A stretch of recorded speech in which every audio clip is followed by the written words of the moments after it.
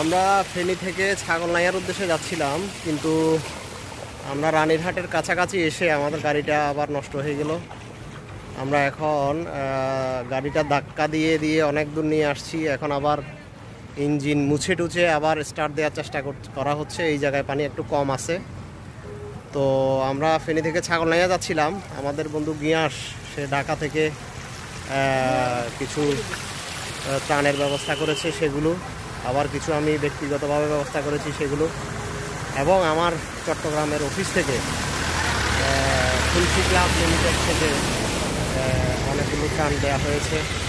এগুলো নিয়ে ছাগলনাইয়া যেতে চাচ্ছিলাম। ছাগলনাইয়া রোডটা আমি দেখাই, এটা রানীরহাট সামনে কম্পিউটার ইনস্টিটিউটের সামনে আমরা। তো আমরা জানি না আবার কবে নাগাদ ছাগলনাইয়া পর্যন্ত গিয়ে উপস্থিত হতে পারবো।